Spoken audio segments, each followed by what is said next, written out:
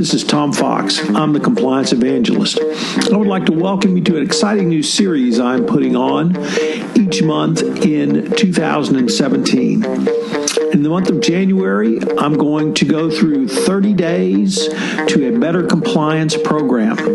So each day I will detail some part of a compliance program that you can utilize to help you improve to have a best practices compliance program for 2017. With the operationalization of compliance mandated by the Department of Justice in the form of their Compliance Council, Wei Chin, and incorporated into the FCPA pilot program announced by the Department of Justice in April 2016, it's more important than ever that you upgrade your compliance program and show how you've operationalized. In this series, I'm going to help you do that. I hope you will enjoy this series. I hope you will join me, and I look forward to this journey with you. This is Tom Fox. Welcome to day 30 and the final day of 30 days to a better compliance program. Today I wanted to end with some thoughts on why compliance isn't going away.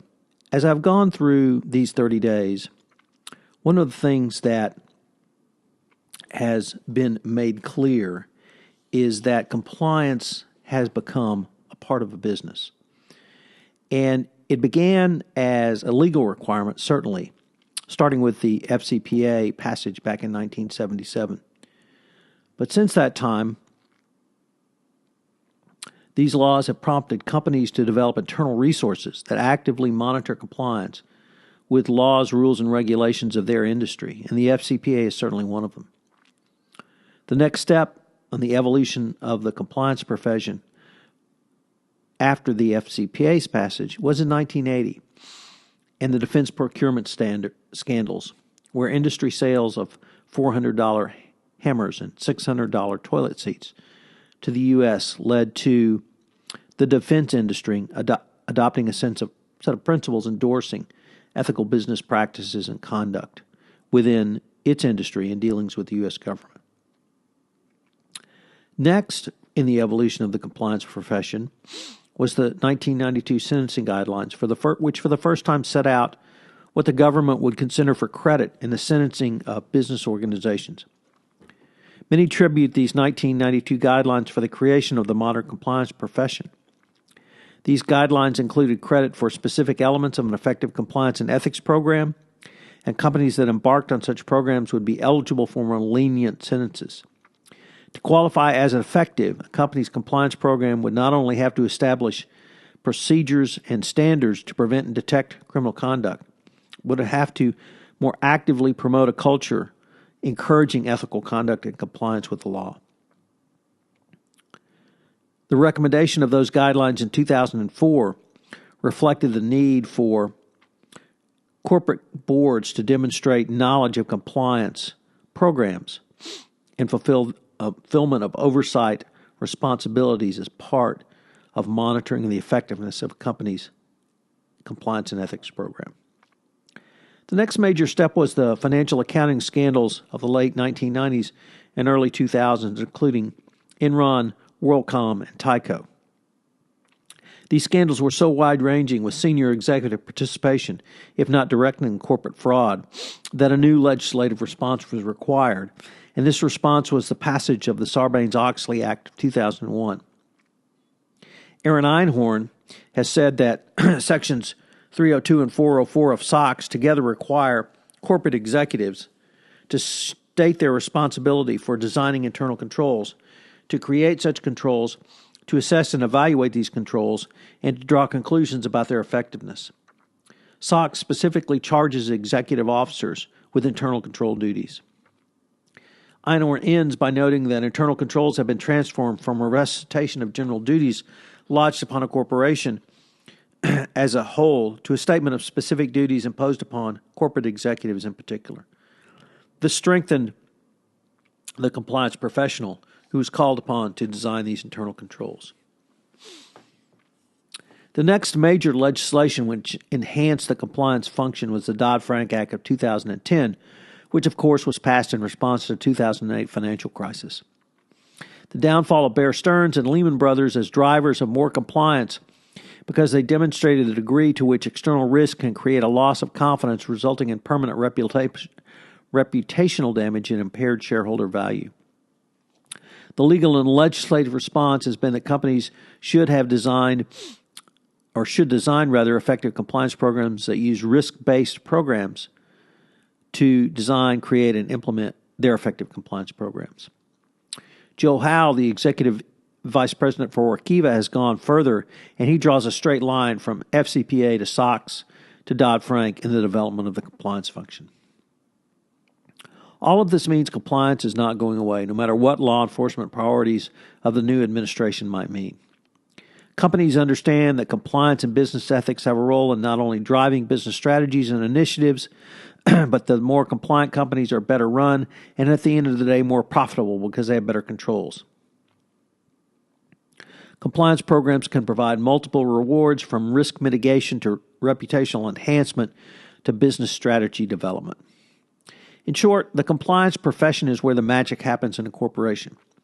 Whether it be the specific task of making sales, vetting relationships, or the spade work of creating policies and procedures, it is compliance that drives the discussion of how we should do business.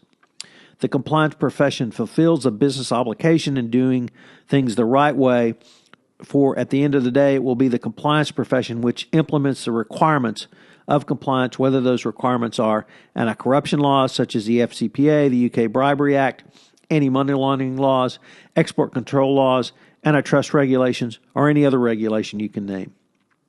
Equally important, the compliance profession is teaching corporations how to evaluate risk not only better but more efficiently, and the compliance profession leads that discussion.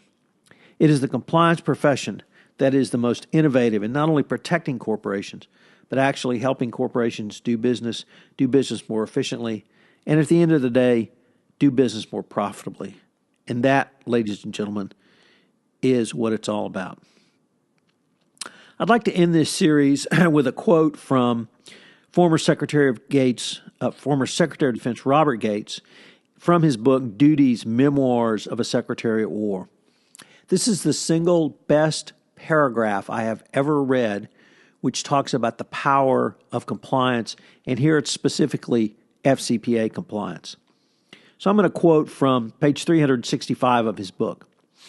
In a private meeting, the king, and here he's referring to the king of Saudi Arabia, committed to a $60 billion weapons deal, including the purchase of 84 F-15s, the upgrade of 70 F-15s already in the Saudi Air Force, 24 Apache helicopters, 72 Black Hawk helicopters. His ministers and generals had pressed him hard to buy either Russian or French fighters, but I think he suspected that was because some of the money would end up in their pockets. He wanted all the Saudi money to go towards military equipment and not into Swiss bank accounts, and thus he wanted to buy from us. The king explicitly told me he saw this huge purchase as an investment in the long-term strategic relationship between the kingdom and the United States, linking our militaries for decades to come.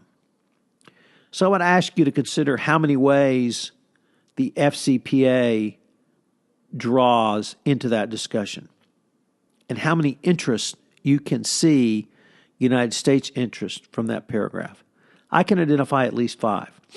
U.S. security interests, U.S. foreign policy interests, U.S. military interests, U.S. economic interests, and finally, the American goal of the rule of law in international business transactions.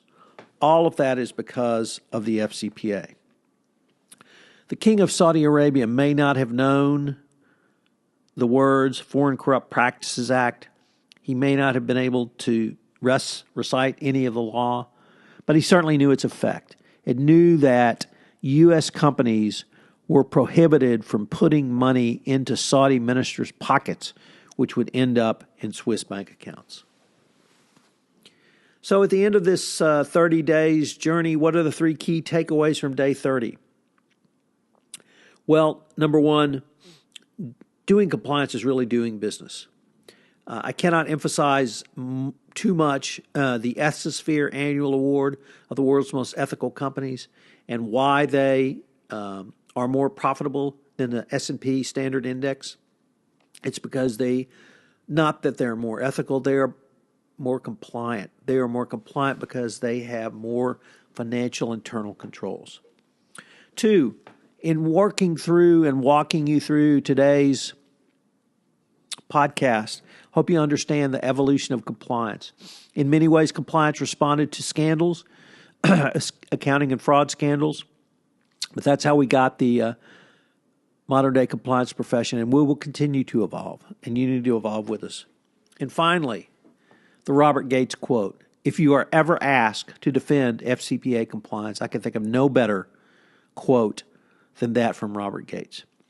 This is Tom Fox. I hope you have benefited from 30 Days to a Better Compliance program. I certainly have enjoyed bringing it to you and working through it with you.